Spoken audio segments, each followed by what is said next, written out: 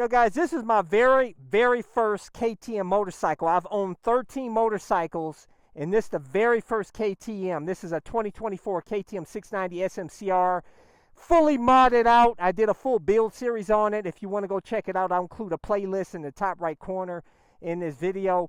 But you know, as a lot of you guys know that follow my videos, I've trashed KTM in the past, but I never actually owned one. I only went by what other people said.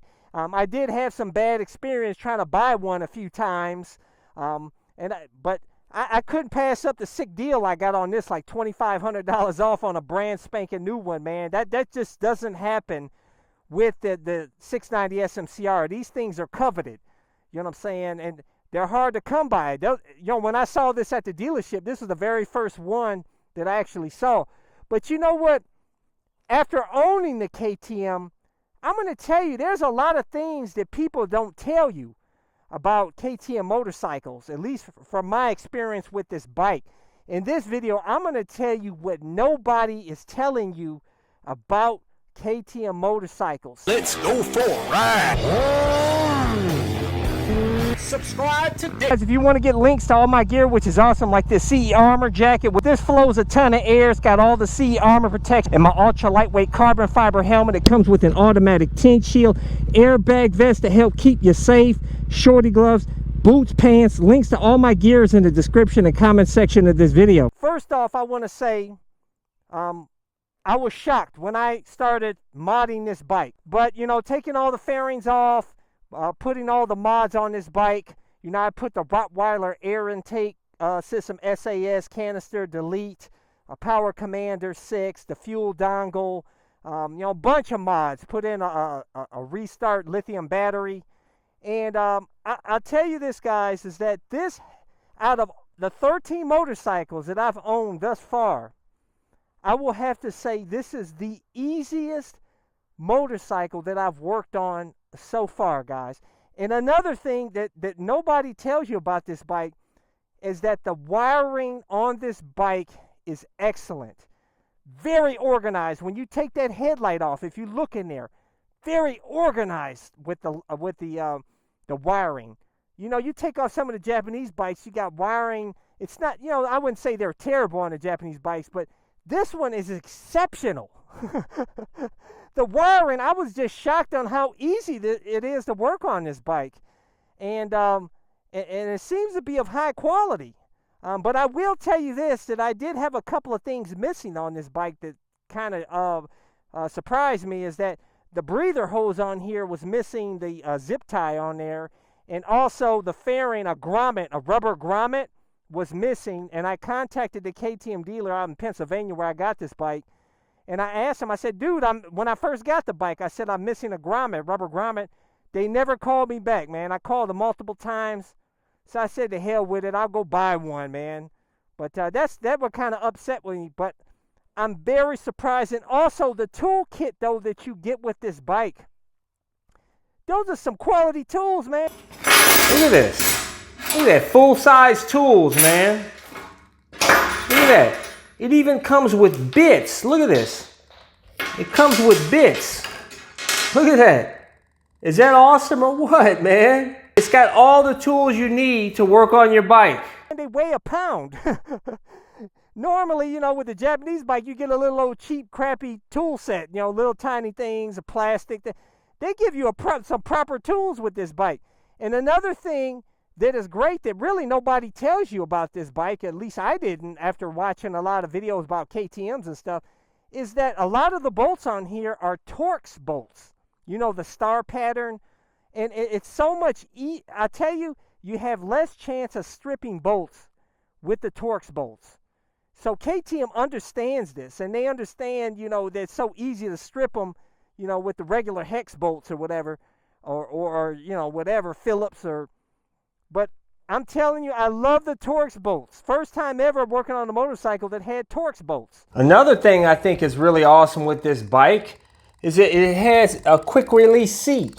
You just pull a loop here and the seat comes right off, man. Just quick and easy and simple. Why can't Japan make a seat like that on their dirt bikes? I just don't understand it, man. Boom. Look at that. Can take it off anywhere, quick and easy. And it's absolutely awesome. But you know what? Let's get on the bike here. Let's go for a moto vlog here. And there's some other things I want to tell you about that nobody tells you about with this bike, that and the whole experience with KTM, period, that surprised me. It really did. I tell you, it's been a very pleasant experience so far. Just getting on this bike for the first time, I was shocked at how great. I've heard how, I see a lot of you guys hooting and hollering about this bike, on how fun it is and everything. But, a lot of people exaggerate or whatnot. I always keep it real with you, and I think you guys appreciate that. But make sure you hit that subscribe button so you keep up with my content. And, but I tell you, modded, this bike,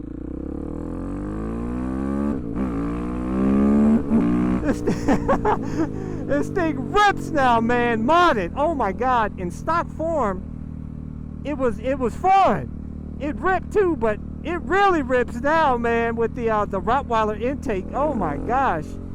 And sounds so much better with that Leo Vinci exhaust. But anyways, getting back to what nobody really tells you about this bike is also, the customer service with this bike. Like when you call KTM headquarters, they called me a few times. I called and had some questions. They called me, and he spent a lot of time with me. I tell you, it was like I was talking to a friend. I'm telling you, their customer service is fantastic. I love that. I tell you, customer service can take a company a long way if all the companies only realize that customer service is the front lines. That's where customers are going to, that can make or break a company. And a lot of companies don't realize this. With the Japanese bikes, they get away with bad customer service because their bikes speak for themselves. They're so reliable and they're so amazing and a good deal that nobody complains about the customer service because the bikes are so great. As where KTM, they got to go above and beyond because, they get a bad reputation because they, or maybe in the past on some of their bikes or whatnot. I'm going to keep it real with you, though, and this, going forward, if I have problems with this bike, I'm going to let you guys know about it. And I pretty much probably voided the warranty by doing all these performance mods on this bike. And I'll tell you, if I have problems, I'll fix it and sell it. Oh, it sounds proper now, boy. Woo! Yeah, but I'm not worried about the warranty. But one thing I will tell you that a lot of people do tell you about KTM is that the parts, sometimes those parts are not easy to come by. That's why I had a break in the build series. I was waiting for an OEM part, man. That, if they're sold out, if they don't have a part in stock, guys, woo, you're going to be waiting, boy. You're going to be waiting to get a part. So if your bike does break down, expect for it to be in the shop for a while. I saw a moto vlogger that has his bike, and somebody tried to steal his bike, and I think it caused some damage or whatnot to his bike. And he took it to the shop, and they had to fix it. It was in there, I think he said, for the summer, like a few months or something like that. That's crazy, man. That's just not going to happen with the Japanese bikes, So, but I'll tell you that nobody really, the only person that's making a bike like this used to be a unicorn bike. Now Ducati came out with the 698 mono that looks beautiful, and I hear everybody says it's just as great as this bike is. Some people still choose this bike because this bike, they say, feels more like a dirt bike. I have yet to ride that bike, so I can't comment on it, but I will tell you that it's awesome to see that KTM has competition now with Ducati, and I think the Japanese companies, they need to come out with one. I've been begging for it for years to come out with a 690, man. A 700 or whatever, a Supermoto. And Ducati always steps up to the plate and comes out with a sick bike, man. That's one thing I really love about Ducati, is they're always innovative. They always come out with beautiful bikes. It's always got cutting-edge performance. If they could just get the reliability, as good as Japanese bikes, that would just be amazing. You know what I'm saying? But I'll tell you that this bike is all that in a bag of chips and soda. I'll tell you that, man. Seriously. Now I really am thinking about in the future maybe getting that big KTM 1390 Super Duke R. I know it's overkill for the streets, but I have to get the bike that's the king of torque. You know what I'm saying? I gotta experience it. But I'm telling you, the street bikes are not, even that bike or any other street bike is not going to be as fun as this bike is. And a lot of you guys can't understand it because you never rode a Supermoto. You don't understand how these bikes are the proper hooligan bikes, man. Because these are lighter weight. This bike is lighter weight than most of the street bikes. You know what I'm saying? So it has a higher, you know, it's like a dirt bike. So you got higher clearance. You can ride up staircases. You go mess around off-road. And you still can have all the fun that you can with the street, like a street bike out here. You can, even better, you can fly around corners at ultra low levels and supreme confidence, because you don't have to worry about low siding like you do on the sport bikes. You know what I'm saying? And the sport bikes, if you low side and crash it, a whole side is messed up. That's probably going to run you about $1,000 or more to fix from all them fairings and stuff that's scratched up and parts that are scratched up.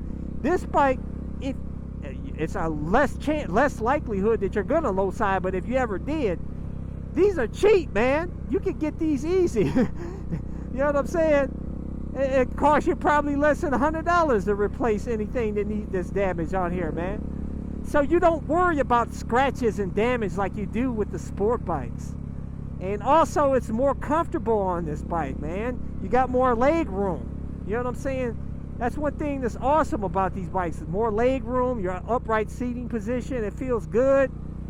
Just awesome. But I tell you, as far as KTM, I'm very impressed with everything I was telling you about. The Torx bolts, everything, the wiring.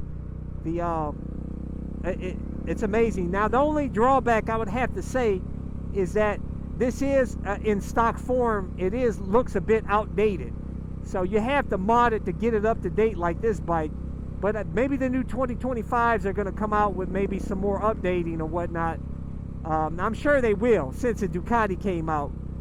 But we need to have a Supermoto nation, man. We need to get more people on Supermotos. Because a lot of you guys, a lot of you are scared of Supermotos because they sit higher. But what you don't realize, like at a stop here, you're like, oh my God, what am I going to do? I can't put both feet down. Look at this. You put one foot down, guys. And this bike is light enough that it's not going to put a lot of weight on your leg. You know what I'm saying? Now, I can flat foot this bike, but for you shorties that can, it ain't a big deal, man. Put one foot down and get back up on here. And I tell you, when you sit up high like this, it's beautiful. You get the bird's eye view. You got the catbird seat here on the Supermoto, baby. You can see over cars. You feel like you're the top dog out here on the street, baby. You know what I'm saying? And this is like a Jeep, comparable to a Jeep. I can just go ride off-road up in the woods, go anywhere. Not with this setup, because I got to put some Shinko 705 adventure tires I'm getting ready to put on here, like I have on my YZ450FX custom Supermoto. But yeah, this bike is proper now, boy. Got that power, baby. Yeah. But anyways, guys, yeah, so far, my experience with KTM, thumbs up, minus the couple of parts that are missing that didn't come with this bike. But that's very minor, very minor. I can't complain about that. I haven't had any problems with the bike so far. And so thumbs up. So far, positive KTM experience so far. But we'll see. Only time will tell, baby. Only time will tell. We'll see if it makes it past the 1 year mark. Because that's when I usually get a new bike. And if I really love it, I'll keep it like I do my YZ450FX. So we'll see, baby. But anyways, guys, leave a comment below. Let's talk about it. Share your experience with KTM. I'd love to hear what you guys have to say. That's why I do these videos, to incite community discussion. You learn from me, I learn from you. I love talking with you guys. Come on, let's chat it up, baby. Make sure to hit that subscribe button, hit thumbs up, Hit that little bell symbol so you get notified when my new videos release. But I release new videos every Sunday, Tuesday, and Thursday at 11:30 a.m. Eastern Standard Time. So we'll see you in the next video.